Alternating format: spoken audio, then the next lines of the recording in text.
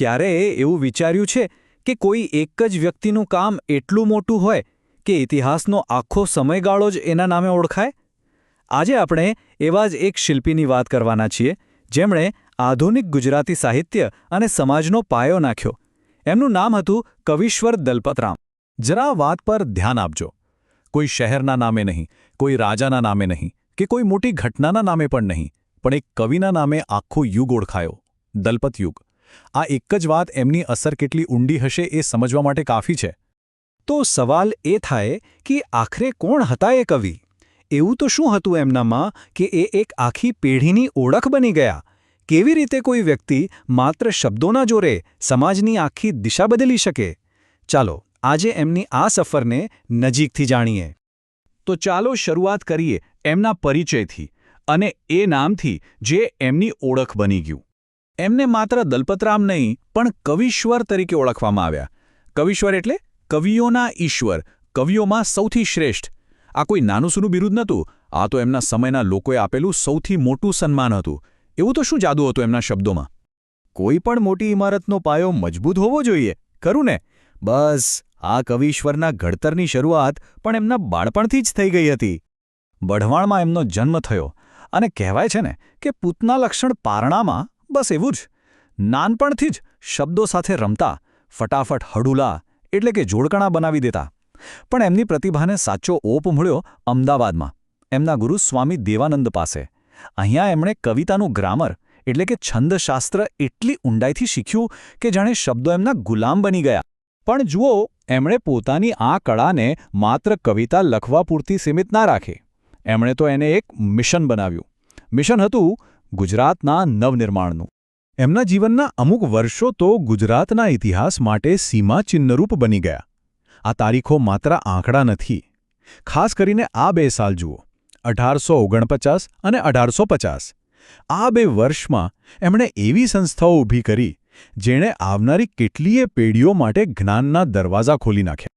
અને હા, આ સફરમાં એ એકલા નહોતા. એમને સાથ મળ્યો એક અંગ્રેજ અધિકારી એલેક્ઝાન્ડર કિનલોક ફાબ્સનો. આ બંનેની દોસ્તી ખરેખર એક મિસાલ છે કે કેવી રીતે 2 જુદી જુદી સંસ્કૃતિના લોકો ભેગા મળીને એક ભાષા માટે, આપણી ગુજરાતી ભાષા માટે કેટલું મોટું કામ કરી શકે છે. અને પછી આવ્યું બુદ્ધિપ્રકાશ. હવે આ ખાલી એક મેગેઝિન નહોતું. ના, એ તો એક આખી ચળવળ હતી. એ જમાનામાં જ્યારે સમાજમાં કેટલાય કુરિવાજો અને અંધશ્રદ્ધા હતા, ત્યારે આ બુદ્ધિપ્રકાશ એક ટોર્ચ જેવું કામ કરતું હતું, જે લોકોના મનમાં જ્ઞાનનો પ્રકાશ ફેલાવતું. તો જુઓ, દલપતરામ એક સમાજ સુધારક હતા, એક સંસ્થાના નિર્માતા હતા. પણ આ બધાથી ઉપર એમની સૌથી મોટી તાકાત શું હતી ખબર છે? એમની લોકો સાથે કનેક્ટ કરવાની આવડત. લોકો એમને સાંભળતા. કેમ? કારણ કે એમની વાત કરવાની રીત જ કંઈક અલગ હતી. જરા આ આંકડા પર નજર કરો. 25 શું? એમણે કવિતા સિવાય ગદ્યમાં પણ 25 જેટલા પુસ્તકો લખ્યા, જેમાં નાટકો હતા, નિબંધો હતા, વાર્તાઓ હતી. મતલબ કે એમની કલમ ક્યારે અટકતી જ નહોતી. અને એમની કેટલીક કૃતિઓ તો એવી છે જે આજે પણ આપણે સૌ જાણીએ છીએ. મિથ્યાભિમાન નાટકનું પાત્ર જીવરામ ભટ્ટ, યાદ છે ને? અને પેલી કવિતા ઊંટ કહે આ સભામાં. આ બધું આજે પણ એટલું જ ફ્રેશ લાગે છે, નહીં? આ જ તો એમની ખાસિયત હતી. એમનો મંત્ર હતો ગમ્મત સાથે જ્ઞાન. એમને ખબર હતી કે સીધો ઉપદેશ આપવા જઈશું તો કોઈ નહીં સાંભળે. એટલે એમણે શું કર્યું? જ્ઞાનની કડવી દવાને હાસ્ય અને મનોરંજનના મીઠા શરબતમાં ભેળવીને લોકોને પીવડાવી. અને આ કામ માટે એમનું સૌથી મોટું શસ્ત્ર હતું હાસ્ય. એ જમાનો એવો હતો જ્યારે સાહિત્ય એટલે બહુ ગંભીર, ભારેખમ વાતો. પણ દલપતરામે હસતા હસાવતા સમાજ બદલવાનો રસ્તો શોધી કાઢ્યો. અને એમનું હાસ્ય કોઈ સામાન્ય હાસ્ય નહોતું.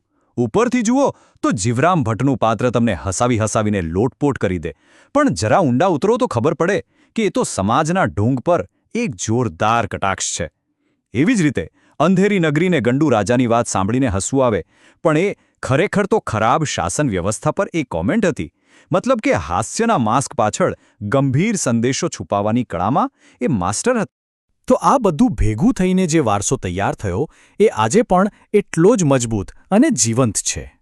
એમણે ગુજરાતી કવિતાને અક્ષરમેળ છંદ આપ્યા, એક નવો આકાર આપ્યો. એ એટલા પોપ્યુલર હતા કે કોઈ પણ મહેફિલમાં જાય તો બસ એ છવાઈ જતા. અને એમના કામની નોંધ ખાલી જનતાએ જ નહીં, એ સમયની બ્રિટિશ સરકારે પણ લીધી અને એમને CIE જેવો મોટો ખિતાબ પણ આપ્યો. અને આ બધી જ વાતો આપણને ત્યાં જ પાછા લઈ આવે છે જ્યાંથી આપણે આ વાત શરૂ કરી હતી.